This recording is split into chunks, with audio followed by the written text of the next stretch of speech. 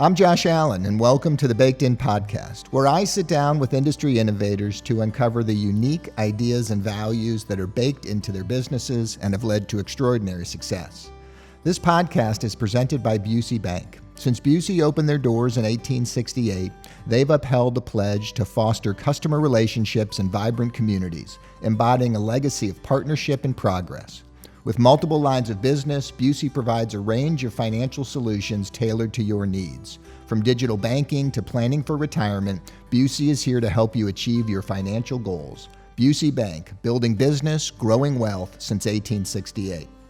Today, we're excited to feature one of the city's most impactful new initiatives, the UMSL EIC Entrepreneurship Certificate program, now open to the public for the first time. Whether you're a brand new startup or a seasoned business owner looking to scale, this program is designed to give entrepreneurs at every stage the tools, knowledge, and connections to grow. Backed by partners like Arch Grants, WEPOWER, and Schnuck Markets, and tied to the high-stakes Anchor Accelerator PitchFest competition, UMSL's EIC is building a vibrant pipeline of opportunity, and they're not slowing down anytime soon. Joining us today is Scott Morris, Executive Director, to walk us through the vision behind the program, how it's changing the game for founders in our region, and what's next for this thriving hub of innovation. Let's roll. Terrific guy. Well, I wanted to you just finished, I guess, the first cohort of founders, entrepreneurs have finished this new curriculum that you established.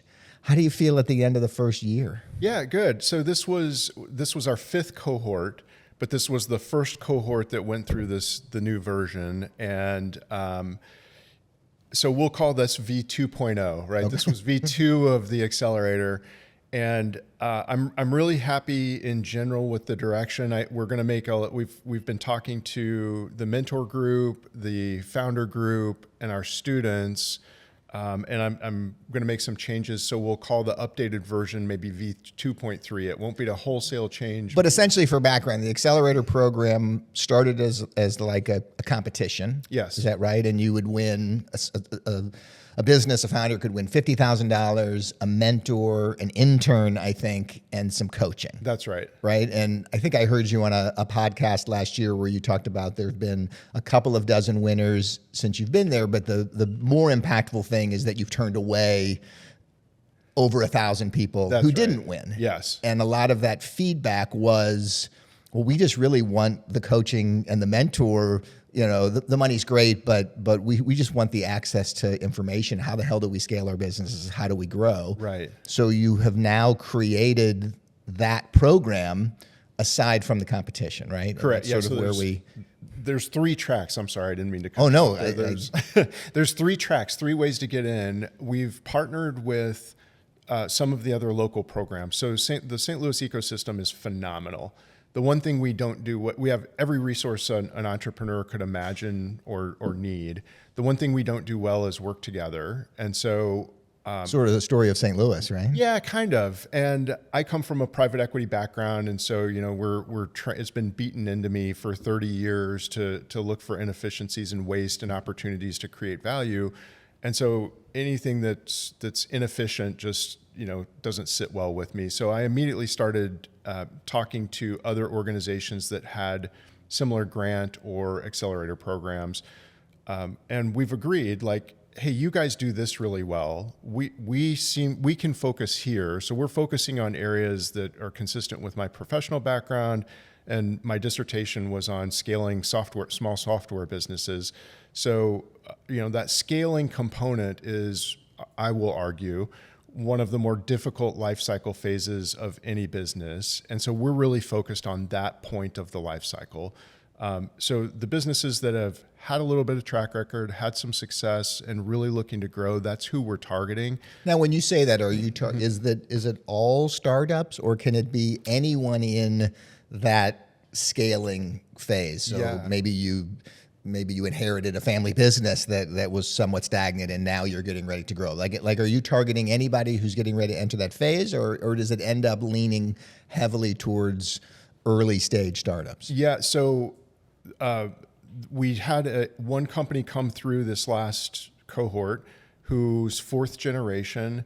the business had just really run the same way that it had started, from whatever it was, a great grandfather who had started the business. The business practices were wildly successful for a long, long time until they weren't. Sure. And so now she's got to kind of reinvent the business and the go-to-market strategy. And so she came through, and that's another area. So anyone who's in that new growth phase is who the program is specifically designed for.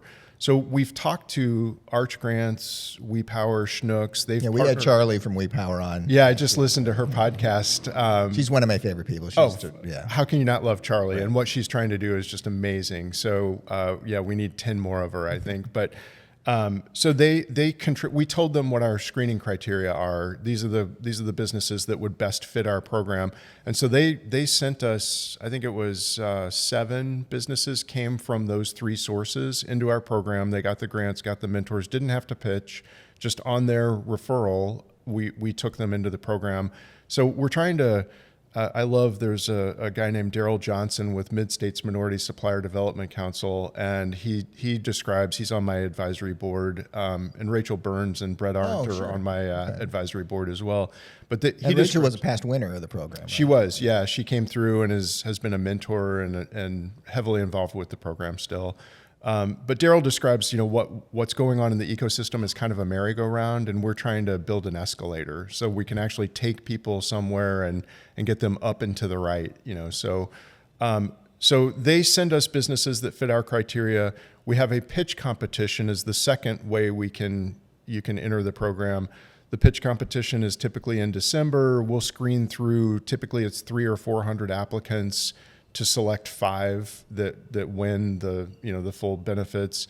And then the third way is you can just come in through open enrollment. So the woman that had the 4th generation business, she said, I just need the classes. I'm just going to sign up and enroll. And we try to provide the classes at cost. I think it's $950 to enroll in the 4-month program. Okay. Yeah.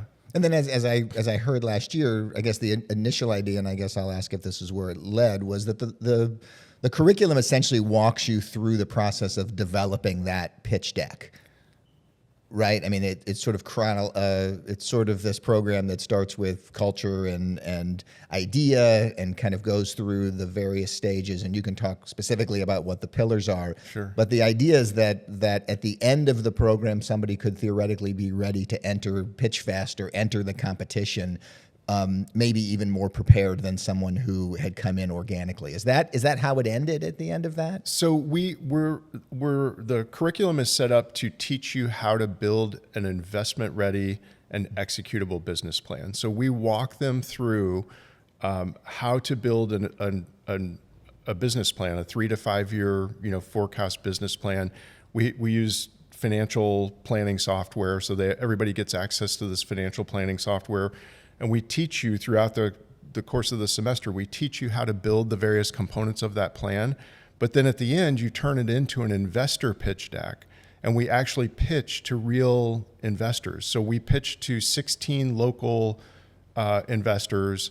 They're typed into 4 different categories. So they could be traditional lenders, so local banks, angel investors, venture capitalists, and private equity firms. So when you're done with our program, we want you to know 3 things. What's your preferred source of funding? How close are you to getting that funding? And what do you need to do from now to actually, receiving the funding?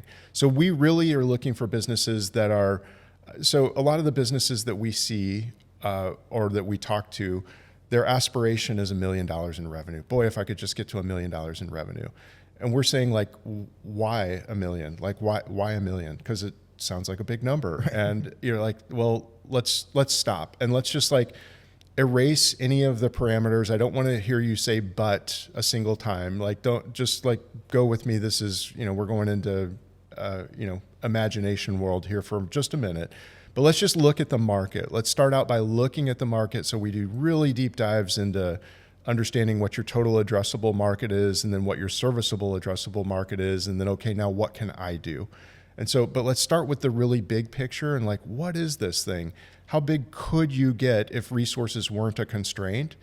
And then from that, we start to inform ourselves on, well, if I did have access to money, what would I spend it on so that I could get a bigger piece of that?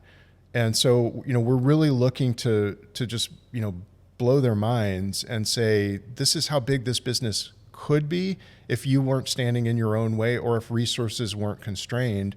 And we bring in a lot of local founders, usually people that have direct connection to UMSL, who've scaled businesses. So we had a panel. I think our last event was a panel.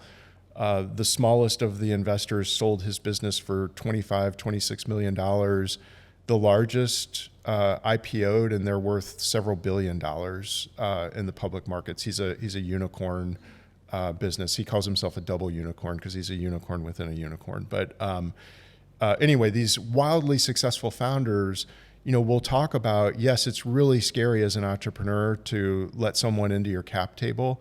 But boy, if you want to do something impactful, rather than adding 10 employees and you want to have hundreds of employees, this is one of the best and fastest paths to do it. It's definitely not for everybody. So, Sure. We're highly selective on who we advise to go down that road. And you have to think about it too. It's got to So work over the for course you. of this most recent cohort, like, can you give me an example of a couple of eyes that were open? We don't have to name the business, but sort of. Oh, sure. My goal was $1 million, but at the end of this, I realized that it's going to be X times that. Yeah, I know I'm sure he wouldn't mind. Sylvester Chisholm from Show Me the World Coffee. He's a longtime business owner, runs a great business, and he teaches classes at UMSL. He teaches entrepreneurship and marketing classes. This guy absolutely knows what he's doing, but the dialogue that he and I have is, we constantly make him feel uncomfortable, like he's not shooting high enough.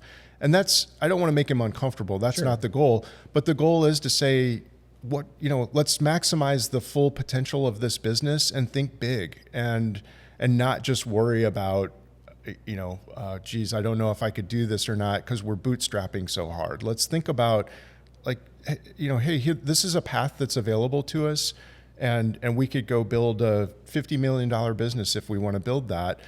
Here's what we would have to pull along, and then let's decide what we want. But let's make sure we understand what that outer goalpost is before we unnecessarily constrain ourselves back to where we're thinking day to day. Yeah, I mean, and as an entrepreneur that's grown a business, I mean, you don't feel like you have permission very often to think outside the scope of whatever the next goalpost is, whether Right. it's 3 months, 6 months. Maybe you have a new customer that you're trying to get or you've got, and it's gonna have a significant impact, but it's hard to find the time or the energy to think beyond the scope of practicality. Yeah, and maybe nobody even told you how to go do this. That's the other thing. That's really my passion is, most of these people are incredibly capable business owners. They have great businesses, but just nobody ever told them that this is a path that's available to you. How do you go do it? And so we're trying to open up those, open some eyes and then make resources available to them to go execute if that's what they want to do. But we at least want them to map it out. Say, all right, I could do this if I really wanted to take a shot. And you talk about your kind of enjoyment of it, but I mean, little background, right? You mentioned you were in private equity for a long time. Yeah. I mean, you got your doctorate, I think, at 50. Yes. Is that right? 52 or 3 is when I finised. I started it. So I'm 56. So I'm starting to have those conversations in my head about what's Josh 2.0 look like, right? And it's super intriguing. I mean, I was excited to have you on just to sort of talk that through. But I mean, what gave you the confidence, for lack of a better word, I guess, to make that leap from what was clearly a successful career to jumping off and going back to school and defending a dissertation and all of that? Yeah. Well, so when my family moved to St. Louis in 2001, and I got involved with a group, and they were reading a book called Halftime. I was probably in my mid-30s, I guess, and they were reading a book called Halftime, and there's this really profound concept that he had, which is you want to have two, people should aspire to have 2 careers, one focused on success, the other focused on significance. And so that really kind of struck me because I was starting to feel like a hired gun. The role that I had with a lot of these private equity owned businesses was corporate development. So I'd run strategy, mergers and acquisitions, oftentimes transformation. So as we'd buy these small companies, I would run them for a period of time until we scaled them to the point that we could attract a real CEO or division president to kind of operate them. So I'm feeling a little bit transactional, and like all I'm doing is making really wealthy people a little bit more wealthy, and you're just the hired gun that every 5 years you got to find a new job. It's not really a career. It's you're constantly moving to the next business. Do you think, I mean, in hindsight, do you think that success and significance are mutually exclusive? I don't. I think that was a flaw in my thinking, but it was definitely what inspired the journey. And so since that time, I just devoured anything I could on second half of life, second career, purpose. And so it led me to a whole bunch of other reading. And what I realized is, so the significance is what really resonated with me. I read a book called Strength to Strength by Arthur Brooks that really talks about having deep meaning and deep purpose in the second half of life. And that's really what I'm after. So I was really after, I don't ever want to retire, at least I don't think so. And I like working. I really like being around young people and hearing what they're thinking. I don't want to be that old curmudgeon that's, you kids and your damn music, turn it down or whatever. I want to make sure I understand why they feel the way they feel. And so it led me to seeking out teaching opportunities.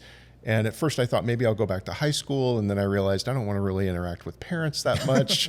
and then I met a guy named Mitch Milstein, who's also been a guest on your show.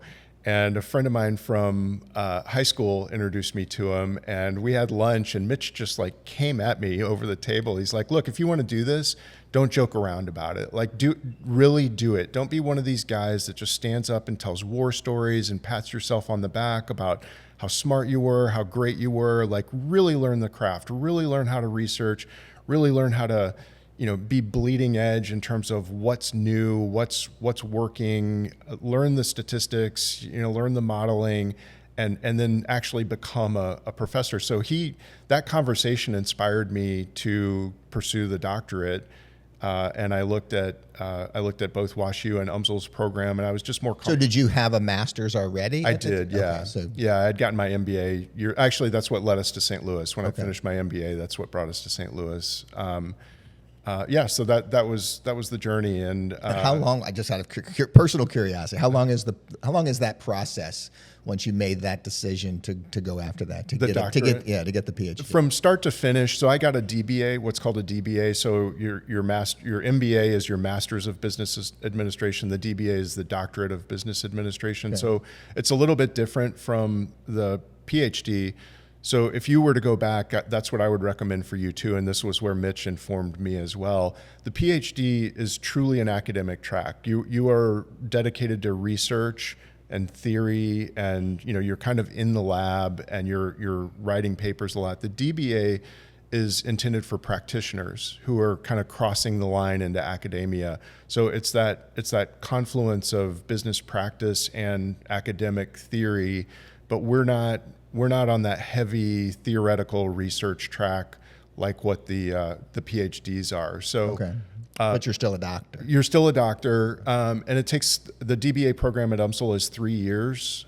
So from start to first day of class to the time you wrap up is about 3 years. Okay, full time. I mean, you were no. It was very much. Did you continue working while you were doing it? Yeah. It was weekends, some evenings. You have to do homework, but the classes are on 1 weekend a month. So, and you finished that when? So how? 2023. I defended my dissertation in August or September of 23, and then I accepted this role at UMSL in October of 23. Okay, so you're a year and a half in. Right. Yeah. Good decision. How do you feel about the decision a year and a half in? So I absolutely 100% am committed to the path. It's been all of the good things that I hoped were 100% true, like the ability to work with the students. And who knew? I had no idea that a job like the one I have even existed, where I get to work with both students and local businesses. So that's crazy. I get to keep my old contacts from the business world and actually bring them into the classroom with me.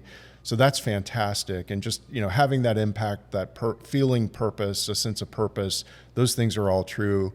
Getting things done in academia is a little bit different from working in a business where most of the businesses I got hired into, maybe it's $100 million of revenue. The private equity firm wants you to grow to $1 billion, and then you exit in 3 to 5 years. So, you're flying around with your hair on fire, and academia does not work that way. So I'm still adjusting to the pace and the ability to get things done, but the purpose and the impact are definitely there. Is that the biggest, what is the biggest challenge for you? I mean, is that just understanding that flow, or? It is. And what I've realized, my wife pointed this out to me just recently, I am still the same person. So all of my flaws and characteristics and bad tendencies that existed in the corporate world followed me into academia. So, what are those? I will take a job that's meant to be handled in normal working hours and turn it into a 60-hour week. So it's if there's an opportunity to improve it, you're just going to keep going, and you don't have to work at the pace that I necessarily work at, but that's the pace I work at. So I'm having a hard time kind of slowing myself down to let the academic environment and the processes and the rigor keep up with the way I want to do things. Any particular moments in the last 18 months that really solidified that it was the right decision? Oh, yeah, absolutely. So this last cohort, for example, we had 26 UMSL students. So UMSL students will come along and work for the business founders that we put through the accelerator. So we had 26 students. I don't remember what the split was. Some were grad students and some were undergrad. Some of the students I had in the classroom before, so they were starting to follow me. I'm starting to get a little bit of a loyal following with the teaching and stuff. So that's, that feels great that they liked your class, and so they want to follow you to the next one.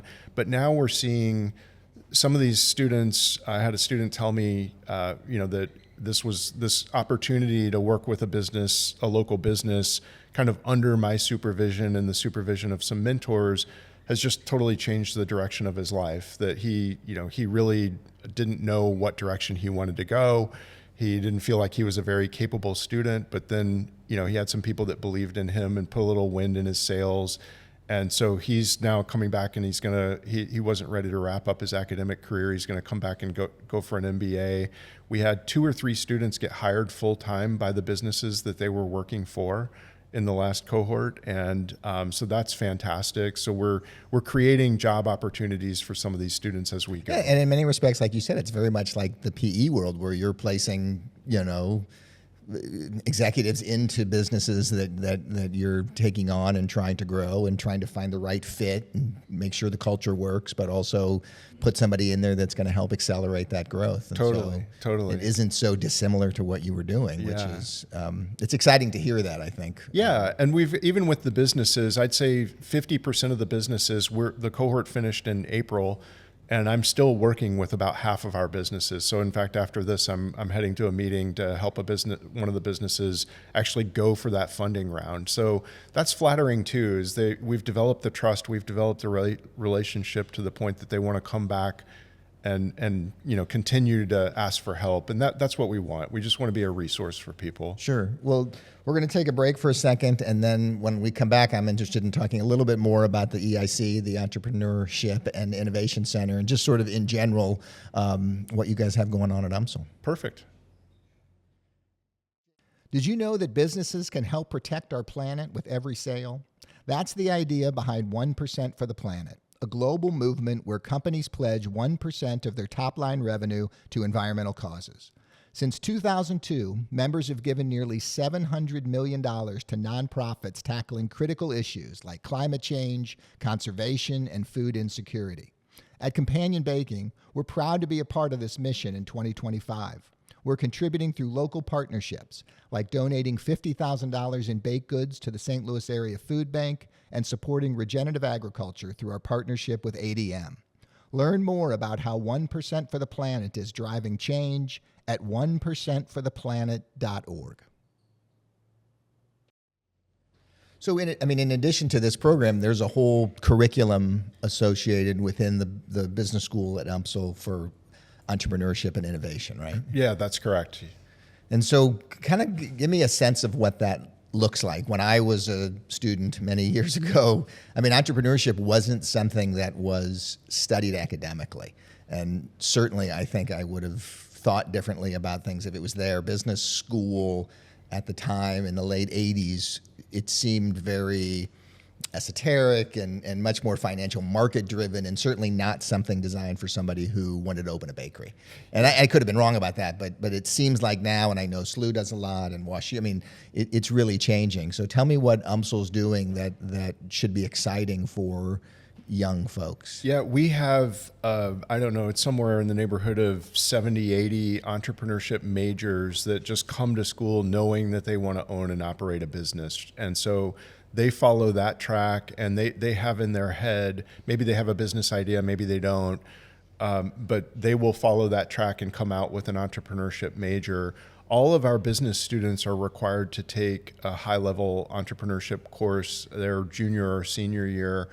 And we try to make sure that in that course, we're teaching skills that will apply whether you want to own a business or not. So we call that intrapreneurship. So you can be an accountant, or you can be an engineering student, or IT or IS, and still go make a difference in a big company. And we want to make sure that all of our students come out with that growth mindset and that transfer, that desire to transform whatever it is that they're participating in, and not just be a normal employee that's coming in asking what needs to be done for that day and checking it off the list, but really think differently. So those are all entrepreneurial skills. So what's that curriculum look like to teach those skills? Well, so in this particular class, we'll go through much of what we'll go through at a much simpler level, what we'll take our cohort through. So it's how do we look at how do we look for opportunity, first of all? Where is an opportunity, and what does that market look like? So all aspects of business come together. We're looking for the supply chain. How does this thing go from cradle to grave? Who participates in it? How strong is the competition? What are sources of potential disruption? If you were to start thinking about a business in this area, what kind of culture should there be? What would be the right business objectives, and how do we know those are the right ones that we should go pursue? So there's a lot of quantification. There's a lot of math that goes along with entrepreneurship, as I'm sure you know. And so we teach some of those basic skills so that it's not intimidating once you get into the workforce to be able to, map a market, to show a range of potential outcomes. One of the hardest jobs an entrepreneur has is this is a new business idea. Maybe I'm a business within an existing industry, but I'm going to try it a little differently. And I don't know what's going to work and what's not going to work. So I don't know the magnitude of the potential outcome, but we will teach the skills to map that. So now if let's just say you come out with an information systems degree or an IS degree, and you're going to be writing code somewhere for somebody, and you have an idea for a tweak on an app or kind of an add-on feature. How big is that opportunity, Josh? Well, I don't know. Well, we've taught you the tools to start to look at that and start to quantify, how big could it be? What would be the factors that would maximize the outcome? What would be the factors that could bite you in the rear end and cause it to underperform? And let's map those things out too and talk about them as contingencies. And how could we make sure that the maximum case happens and mitigate to the greatest extent possible the downside? So we look at those things. That you have to have a basic understanding of financial statements. And so we make sure that they walk out with a basic understanding of the financial statements, regardless of what your job is. And if you're a marketing or one of the more creative type people, the finance section is often the most intimidating, but we try to make it very approachable. And look, these are the key things that you need to know and that you need to be looking for. Yeah, and what a phenomenal skill set to be able to have those kinds of conversations. Right. And you don't have to be an expert. That's the one thing I would say with either entrepreneurship or intrapreneurship is one of the key things is not trying to be the expert in everything, but understanding what the pieces are that you need to pull together. So I always think of it as everything's kind of a sports analogy to me. So, I can no longer play the game, right? I'm not the player on the field, so I can't make the plays, but I know which plays to call. I know which players to put on the field in which position. And you have to account for things like the condition of the field, the weather, what's going on, who's got momentum, who's hurt. And deal with some of those other factors. So we don't want you to be an expert in every single thing that we talk about, but you need to know what's going on, and so that you need to know what you're looking for in terms of exposure, vocabulary, all of those kinds of opportunities. Right. Excuse me, make a big difference. So there was a big campus expansion this past year, right? Yeah. How has that impacted what you're doing or what the students are doing in the entrepreneurial program? Was that specific? That wasn't specific to the entrepreneurial program, or was it? Part of it. So if we have a building there, and we are under renovation right now. We will be reopening before the fall semester. So I don't have an exact date, but sometime in August, we'll reopen a brand new building. We'll have a huge theater where we can seat a bunch of people. We can have big conferences there, big meetings. Our spring cohort, we had 81 people involved in the cohort itself. So, we have a theater large enough to accommodate all of those people. And then we have classrooms where we can conduct smaller classes or use for breakout. But then we have a section of the building that's just meant for conferencing, so boardrooms. And we want our founders, previous cohort members, to come back and utilize that space if they need to meet with investors, if they want us to participate in some of those meetings, or if they just want to come talk to us about whatever it is that they need advice on. We can help facilitate that and then give them a place to hold some of those meetings. The campus itself is going through $120 million of renovation. So our entire North Campus has been shut down for the last 2 weeks as we do reconstruction and renovation. So it's a completely different place. It's being completely transformed. Yeah, it's got to be exciting to be a part of all of that. Oh, totally. Yeah, totally. So you had 81 in the spring. How many are you anticipating or hoping to have in that group in the fall? Yeah. So, we only run it we run that accelerator program once a year. Okay. So we thought about it, running it both semesters, and it's just too heavy a lift. So the next one is in the spring of 26. That's right. That's right. Yeah. So, I anticipate about the same size. One thing I realized is that's about the max capacity we can handle. So we handled, there were 13 founders, and then the rest of that 80 people were comprised of UMSL students, mentors. We had some guest lecturers that came along from time to time. That's about as much as we can realistically handle. So we'll probably cap it at about that, 10 to 15 founders, 10 to 15 businesses that come through the accelerator, and then, bring all the accompanying resources around them. And you mentioned at the beginning that you're going to make a few changes. What are the tweaks what did you see in this kind of first group, and what are the changes you're going to make for next year? Yeah, so I think it's very much tactical. So there were we left things very loose, and we said, look, you guys all work at your pace. You're very busy as founders. They all had competing schedules. The mentors, one of our mentors is the CFO at it's the old Proficient, and so busy guy. People had lots of commitments, and it was hard to get them all in the room at the same time outside of class.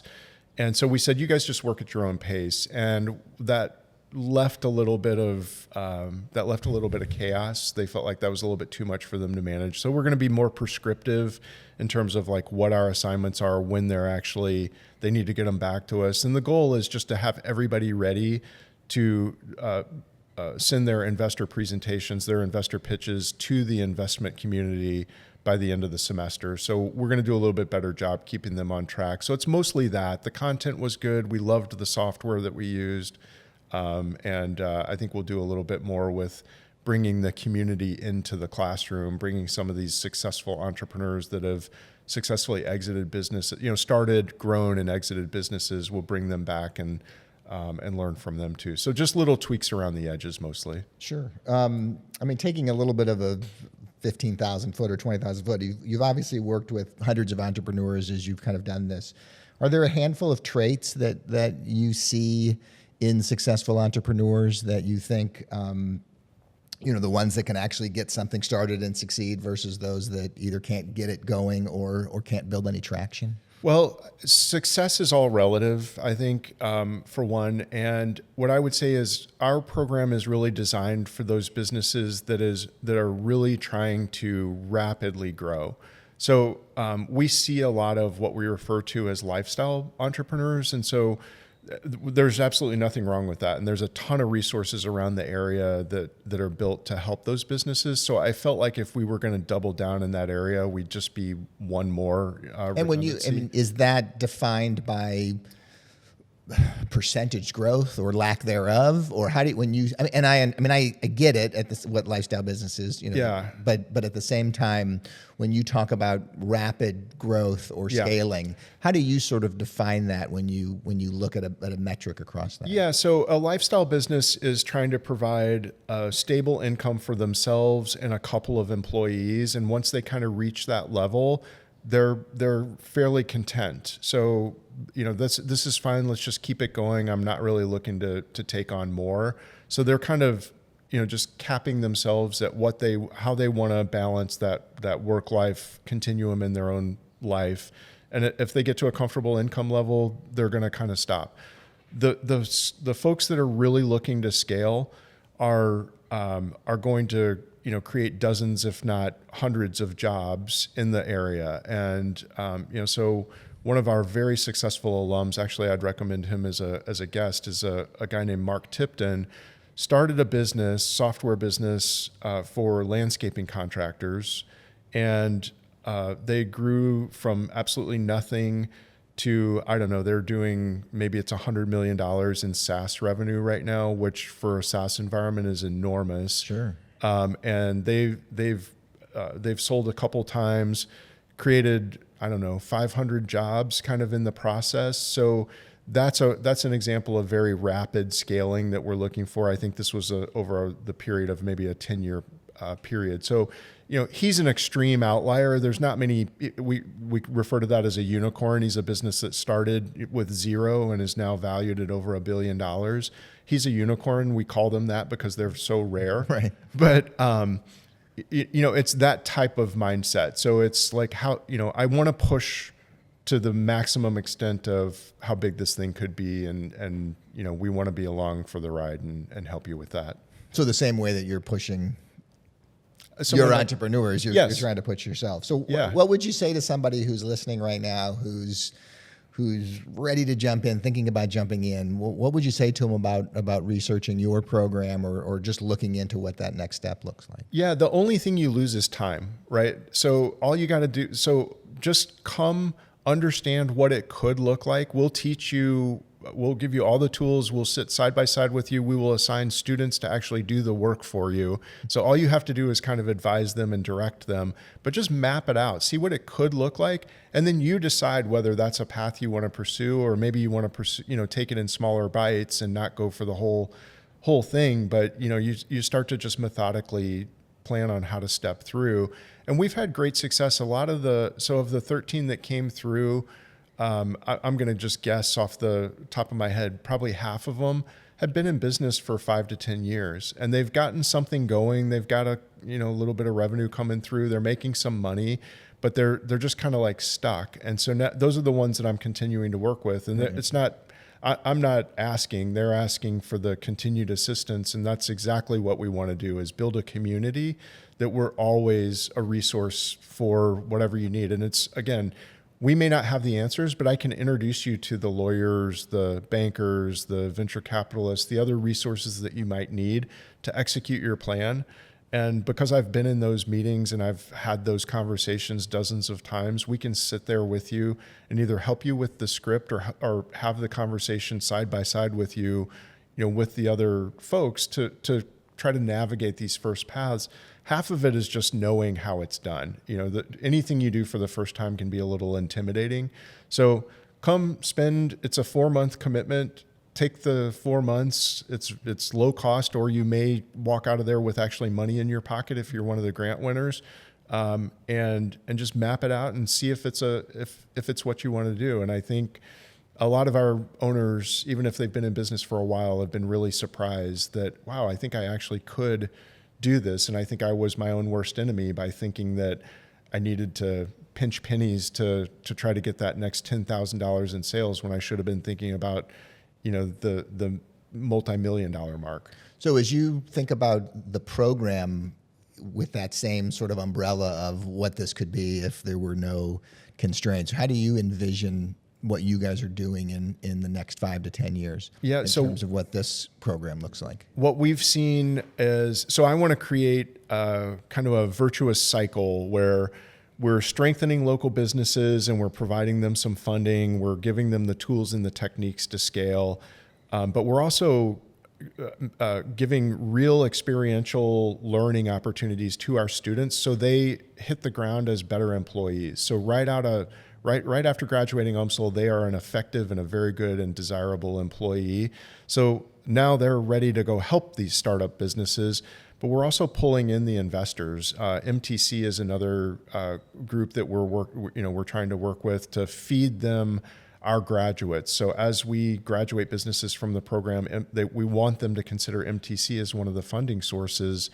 And if we can just continue to, it helps the whole region if we can continue to work together.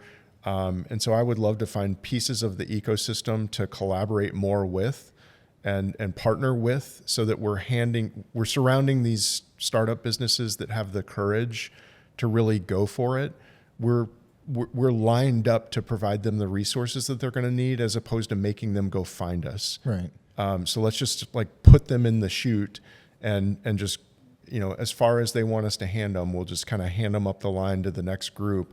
And then we can all watch them succeed and create a lot of jobs in St. Louis and a lot of success. Regionally, I just think there are so many powerful things about the St. Louis ecosystem that make it inviting to business. And so it's just really great to see the work that you guys are doing and building upon that with everybody, because we need that, right? We need these folks to build these businesses, but to stay in St. Louis and to create jobs here. Absolutely. We all love it. It's home for all of us. And the resources are here, and we just need to do a better job educating the companies on what exists, where to find it, and avoid redundancy to the greatest extent that we can. We just want to be part of the solution. We don't want to be the solution. Sure.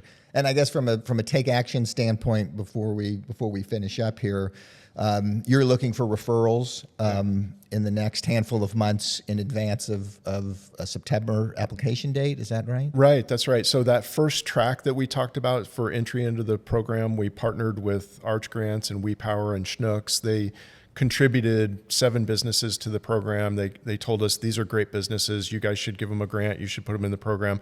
And so we did. They didn't have to earn that. So we're looking for those referrals, and we would love to get them from those 3 resources, but from anybody else in the community. So if you know a great business that you think would benefit from a curriculum that is built for businesses that want to scale, that actually want to look for, they're pursuing growth that will require outside investment. The amount of growth that will require some outside investment, that's really what the type of. And what does that referral, what's that look like? Is there an application or something on your website for someone to do the referral? Contact me directly. Yeah, okay. Send it to me directly. So Scott Morris at umsl.edu. And if you have a business that you'd like to refer that you think would fit in our program, we're looking for names that would just get direct entry into the program without having to pitch. Okay. And then the next thing, also applications for PitchFest itself are due the 1st of October, right? So we'll open that portal October 1, and we'll probably close it November 1st. And then the competition itself, we'll take that group of 300 down to 15